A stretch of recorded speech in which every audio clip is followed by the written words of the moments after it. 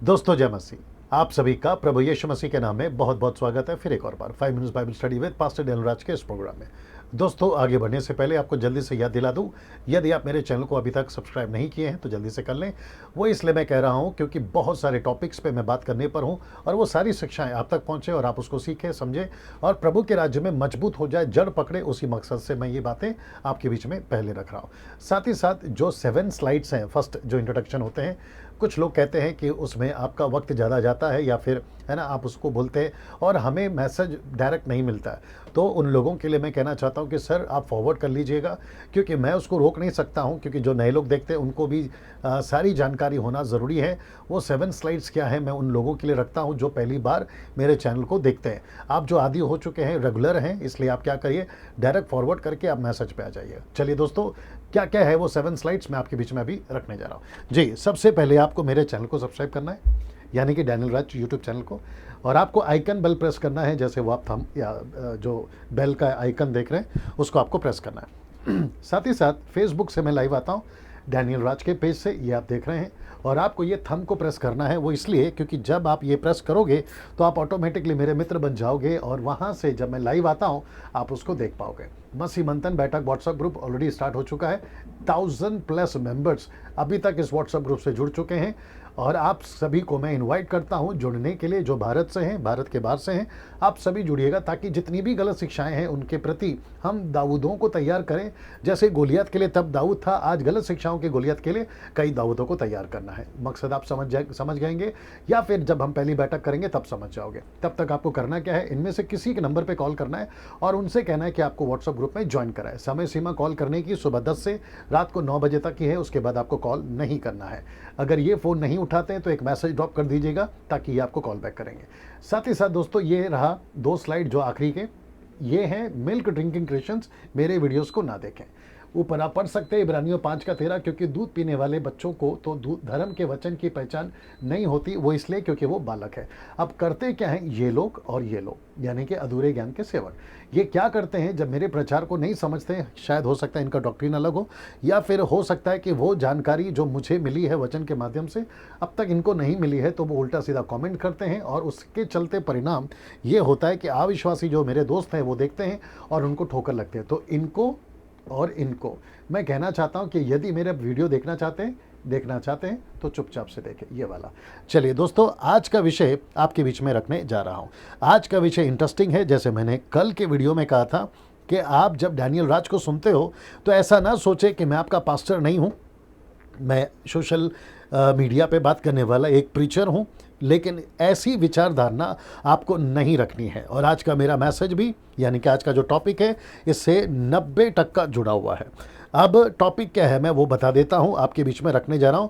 ये रहा वो टॉपिक, कलीसिया किसकी है। मैं रिपीट करता हूं, कलीसिया किसकी है। मैं इस विषय पे बात करूंगा, कलीसिया किसकी है, पास्टर की या यीशु की।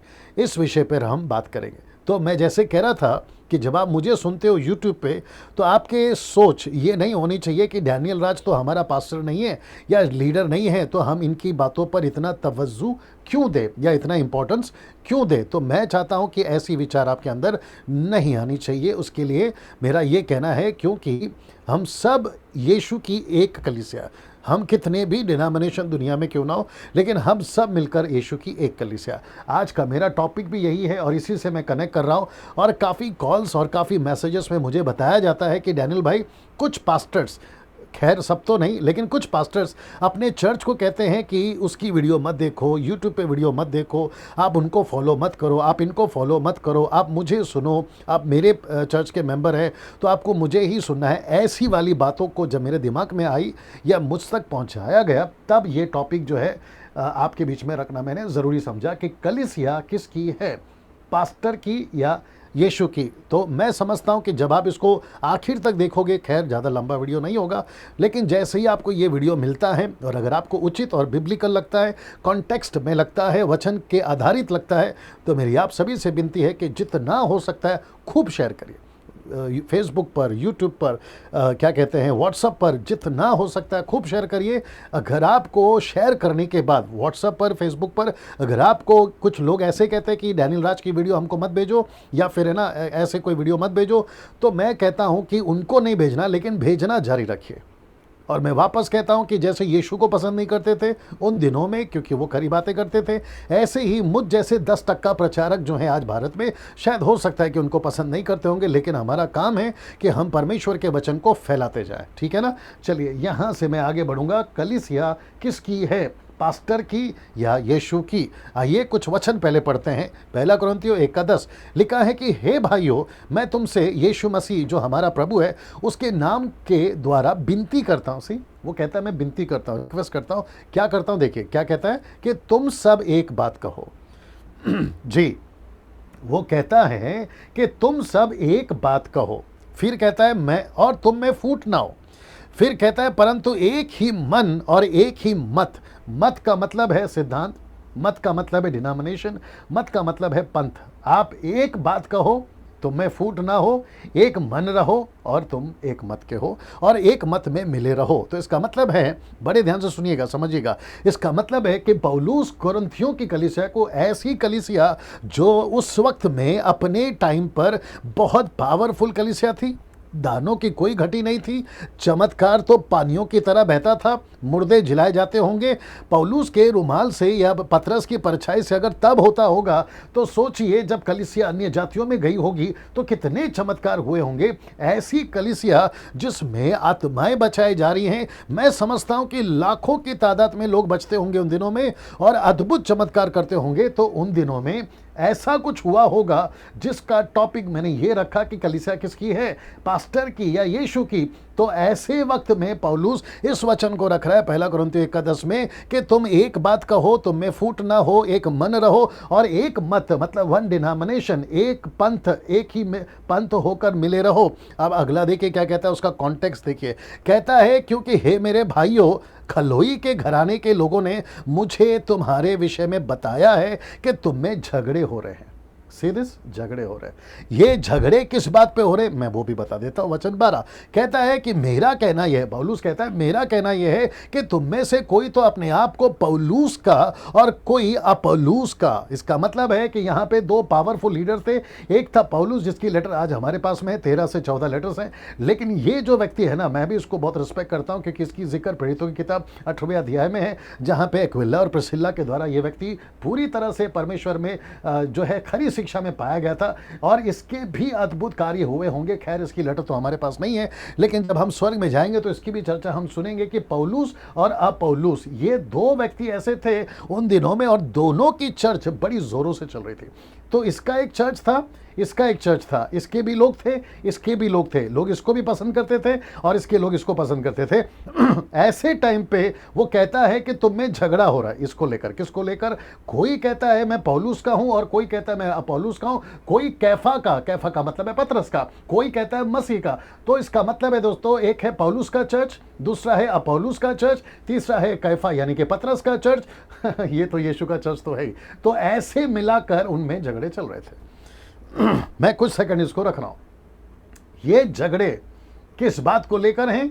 कोई कहता है मेरा चर्च पौलुस का चर्च है, कोई कहता है मैं अपोलुस का चर्च का हूं, कोई कहता है मैं कैफा का चर्च का हूं, और कोई कहता है मैं मसीह का चर्च का हूं। तो यहां पे 4 कैटेगरी मैंने आपके बीच में रख दी, और आज का टॉपिक मैं फिर से दिखा देता हूं ताकि आप कनेक्ट हो जाएंगे कि कलीसिया किसकी है, क्वेश्चन मार्क, फिर वो पास्टर की है या यीशु की। आज की तारीख में बात कर रहा हूं, यानी 21वीं सदी में। तो इसका मतलब है ये दो वचन अभी तक हमें बताता है, कहता है कि हम किसके हैं और कौन किसके फॉलो करता है या कौन किसके पीछे चलता है ना। दोस्तों वचन 13 को बड़े ध्यान से देखिएगा। क्या मसीह बट गया है? मैंने जानबूझकर इसको इतने बड़े फॉन्ट में रखा है आपके पास सामने। मैं पूछ रहा हूं क्या मसीह बट गया है? Question mark. पौलुस भी पूछ रहा है और मैं भी पूछ रहा हूं। आप पेंटिकोस्टल हैं, कैरिस्मेटिक हैं, कैथलिक हैं, सीएनआई हैं, मार्तोमा है, लुथरन है, आप नेशनल है, इंटरनेशनल है, आप जहां से भी हैं, मैं उन सभी से पूछूंगा। मैं मुंबई के पास्टरों को पूछ रहा हूं, नागपुर के पास्टरों को पूछ रहा हूं, पूना के पास्टरों को पूछ रहा हूं, कोल्हापुर, शोलापुर, आंध्र प्रदेश, तमिलनाडु, कर्नाटका, आप नॉर्थ से हैं, गुजरात से हैं, पंजाब से हैं, आप जहां जहां से भी हैं, मैं उन सभी पास्टरों को, उन सभी डिनोमिनेशन को पूछ रहा हूं, आप सभी का किसी के लिए बड़ा भाई, किसी के लिए छोटा भाई, किसी के लिए एक मात्र परमेश्वर का सेवक होने के चलते पूछ रहा हूं, क्या मसीह बट गया है? मसीह इन 4 टुकड़ों में बट गया है। एक पौलुस का टुकड़ा, दूसरा अपोलोस का टुकड़ा, तीसरा कैफा का टुकड़ा, पांचवा मसीह का टुकड़ा। क्या ऐसे टुकड़ों में मसीह बट गया है? यही तो प्रश्न पूछ रहे हो। जी दोस्तों, आज का टॉपिक, ये मेरा प्रचार, मुझे नहीं पता कितना मिनट चलेगा, लेकिन बड़ा पावरफुल है। अगर आपका हृदय, इसको, ये लाइन को इतना सुनने के बाद, अगर आपका हृदय अगर नहीं इस वक्त में हलचल कर रहा है और कोई खलबली नहीं मच रही है, तो मैं समझता हूं कि आपका जो ज़मीर है वो कहीं ना कहीं मर गया है। आज एक प्रश्न आप खुद से पूछिए, जिस चर्च में आप जाते हैं, या जो चर्च का पास्टर मुझे सुन रहा है, उस पास्टर से मैं पूछना चाहता हूं कि सर, क्या मसीह बट गया है? आइए देखते क्या कहता है आगे। क्या पौलुस तुम्हारे लिए क्रूस पर चढ़ाया गया? कौन चढ़ाया गया था आपके कलीसिया के लिए क्रूस पे? यीशु।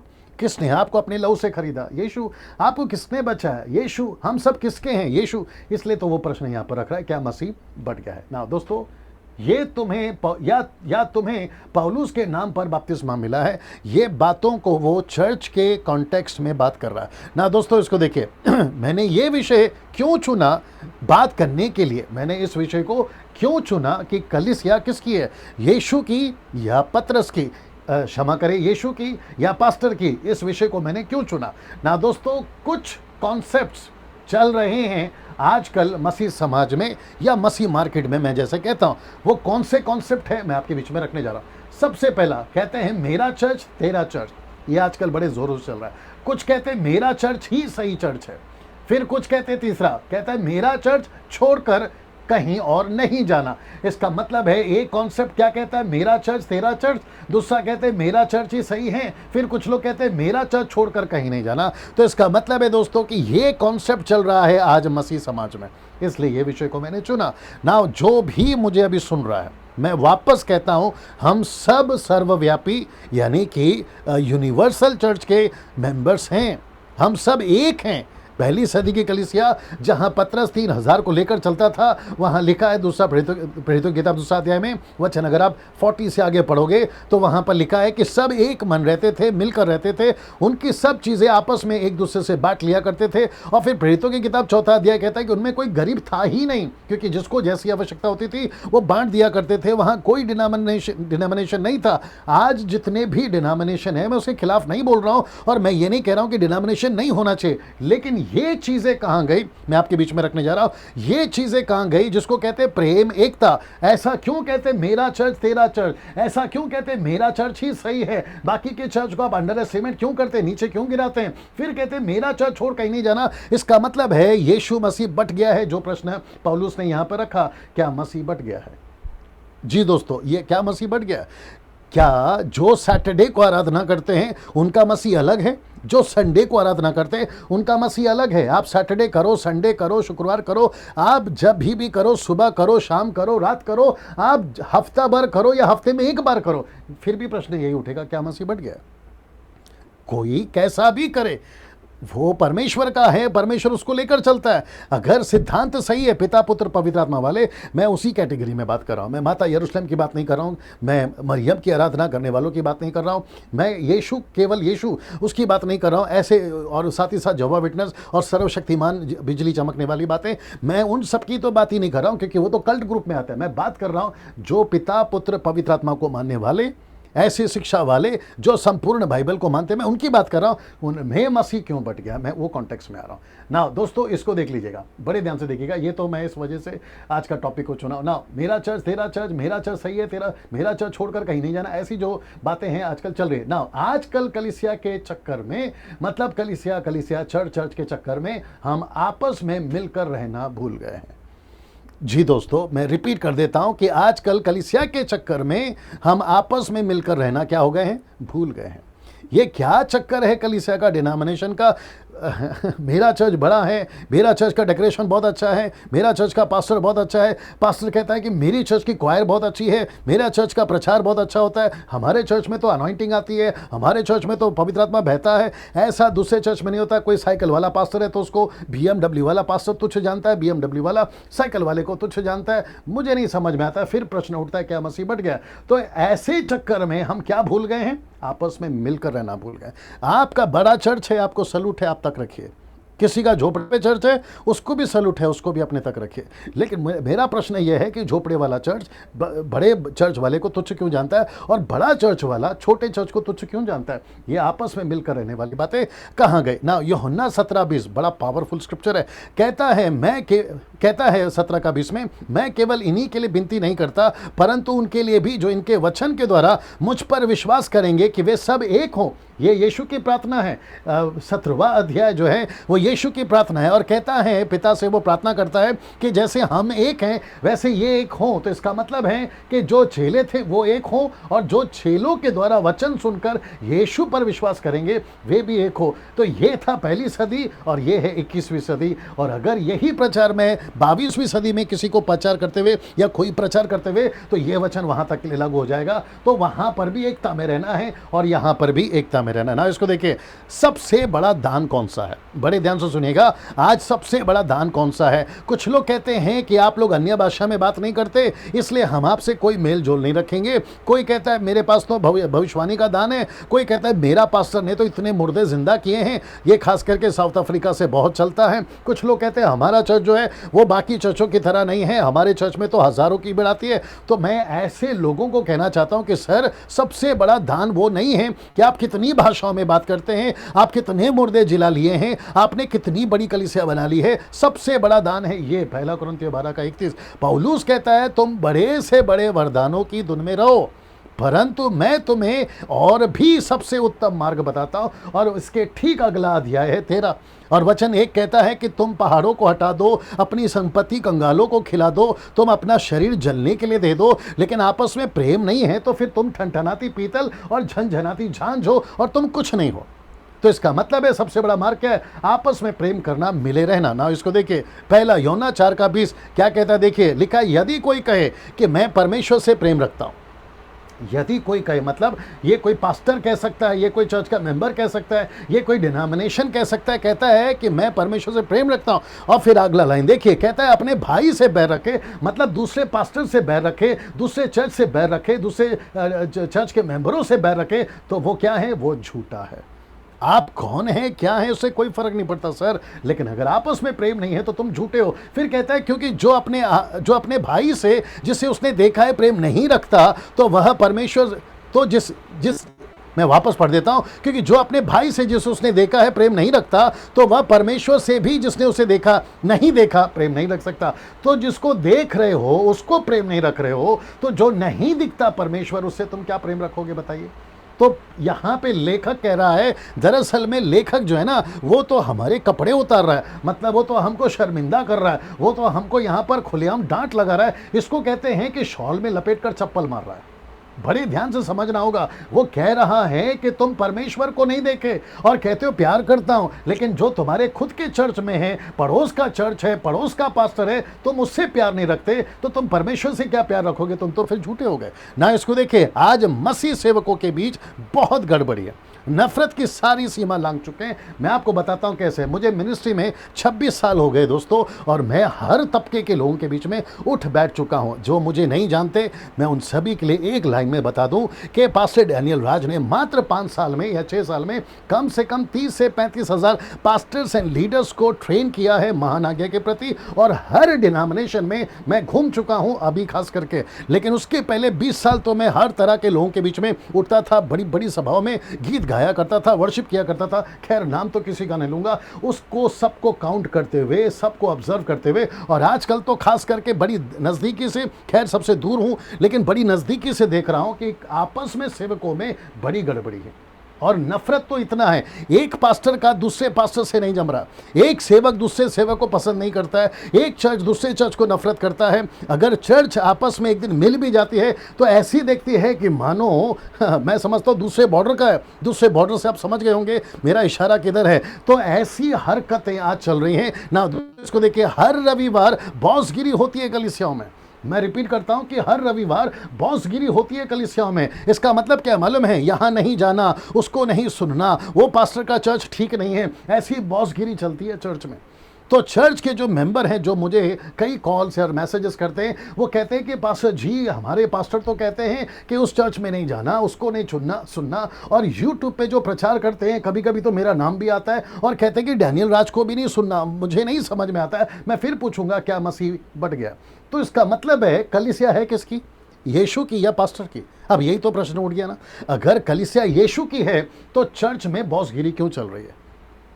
जी, मैं रिपीट कर रहा हूँ, अगर कलीसिया यीशु की है तो चर्च में बॉसगिरी क्यों चल रही है?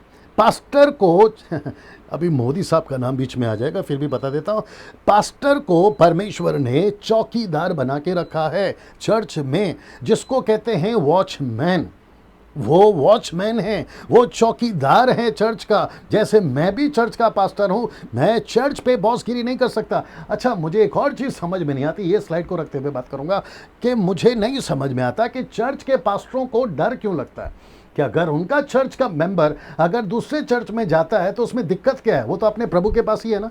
फर्क इतना है कि वो दूसरे चर्च में जा रहा है, मतलब उनका पास्टर अलग है, आपका चर्च का पास्टर अलग है, लेकिन परमेश्वर तो एक ही है ना। तो दिक्कत क्या है? अच्छा, अगर आपको इतना डर है कि वहाँ पे जाने से वो वहाँ का हो जाएगा, तो फिर आप ऐसा खाना खिलाओ कि वो लौट कर वापस आ जाए, जैसे उड़ाऊ पुत्र लौट कर आ गया। क्योंकि उड़ाऊ पुत्र बाप के चक्कर में लौट कर नहीं आया, उसको खाने के चक्कर में बाप याद आया। तो वैसे ही आपका चर्च का मेंबर भले किसी भी कोने में चले जाए, वो लौटकर आप ही के पास में आएगा, क्योंकि जो खाना आप खिला रहे हो सकता है दूसरा चर्च का पास्टर नहीं खिला रहा है। तो फिर आपको डर किस बात की है? अच्छा, ये क्यों कहते हो कि उसको नहीं सुनना, इसको नहीं सुनना? क्यों इसमें इतना डर क्यों है? अगर आप सही सिखा रहे हो, वचन को सिखा रहे हो, तो फिर आपको डरना नहीं चाहिए। अच्छा, डरते कौन है, भेजते कौन नहीं है? जिसकी खुद की स्टडी सही नहीं है, जिसका खुद का वचन सही नहीं है, वो डर के मारे। और मैं आपको ये बता दूं, अगर ऐसा कोई पास्टर अभी मुझे सुन रहा है, मैं उनको बताना चाहता हूं कि सर, आप जितना दबा दबा के रखोगे चर्च के मेंबर, अगर जिस दिन होशियार हो गए ना, आपकी सारी धमकियों को लांघकर वो जरूर वहां चले जाएंगे, क्योंकि वचन कहता है मेरी भीड़ मेरी आवाज सुनेगी। डैनियल राज किसी चर्च का बॉस नहीं है, आप भी किसी चर्च के बॉस नहीं है। कोई भी पृथ्वी पे पास्टर कितना भी बड़ा हो, लाख की कलीसिया हो या 10 लाख की कलीसिया हो, कोई भी चर्च का पास्टर उसका बॉस नहीं है। बॉस एक ही है और वो है यीशु। इसलिए तो लिखा ना इब्रानियों के 13 का 20 में कि सबसे बड़ा पास्टर यीशु है ना। इसको देखिए, लूका की किताब उसका 10 का 20 क्या कहता है? तो भी इससे आनंदित मत हो कि आत्मा तुम्हारे वश में है। ये बात हो रही है यीशु के 70 चेलों की। वो गए थे, चमत्कार कर कर आए, और उनको लगा कि हमारे हाथ में तो हमारे वश में तो आत्माएं हैं, हम तो जब चाहे दुष्ट आत्मा निकाल सकते हैं। तो यीशु ने कहा कि इससे आनंदित मत हो कि आत्मा तुम्हारे वश में है। अब जरा देखिएगा, परंतु इससे आनंदित हो कि तुम्हारे नाम स्वर्ग पर लिखे हैं। तो इसका मतलब है दोस्तों, हम सबको ये समझना होगा कि हम कितने पावरफुल हैं वो इंपॉर्टेंट नहीं है, हम कितने दान से भरे हैं वो इंपॉर्टेंट नहीं है, लेकिन हमारा नाम जीवन की पुस्तक में, उसकी आनंद मनाना है। और ये जीवन की पुस्तक से नाम क्यों कट जाएगा, मैं आपके बीच में आ रहा हूं। जीवन की पुस्तक से नाम क्यों कट जाएगा? ऐसा डर और ऐसी चौकन्ना या ऐसी होशियार करने वाली बात यीशु ने क्यों कही 70 चेलों को? क्योंकि 70 चेले इतने पावरफुल हो गए थे, उनके हाथों से चमत्कार हो रहा था, और उनको ऐसा लग रहा था कि हम इतने पावरफुल हैं। 70 में से कोई किसी को कहता होगा, अरे मैंने तो इतनी दुष्ट आत्मा निकाली, तूने कितनी निकाली? अरे मैंने तो इतने मुर्दे जिंदा किया, तूने कितने किया? अरे मेरी भीड़ तो बहुत है, तेरी भीड़ कितनी है? उसके चक्कर में यीशु ने कहा कि इसके चक्कर में कहीं तुम आपस में नफरत ना कर बैठो, तुम में कहीं आशमा ना आ जाए, ऐसी कोई बातें ना आ जाए, और उसके चलते तुम्हारा नाम जीवन की पुस्तक से ना कट जाए। उसके चलते यीशु ने ये वार्निंग दी है। अब आपको समझना होगा दोस्तों, आज का टॉपिक कलीसिया किसकी है, पास्टर की या यीशु की? अगर आप इतना समझ गए, मैं चाहता हूं इसको खूब शेयर करिए, लोगों तक पहुंचाइए, और पास्टरों को ज्यादा पहुंचाइए, ताकि हम सब मिलकर रहें। एक कलीसिया है, एक बैनर है, और जब हम स्वर्ग में जाएंगे ना, तो वहां पेंटिकॉस्टल, कैरिस्मेटिक ये सब नहीं चलेगा, वहां एक ही चलेगा, यीशु की दुल्हन। अगर आप इतना समझ गए, मैं समझता हूं कि हम लोग काफी कुछ काम कर पाएंगे। अगले वीडियो में फिर मुलाकात होगी। प्रभु आपको आशीष दे।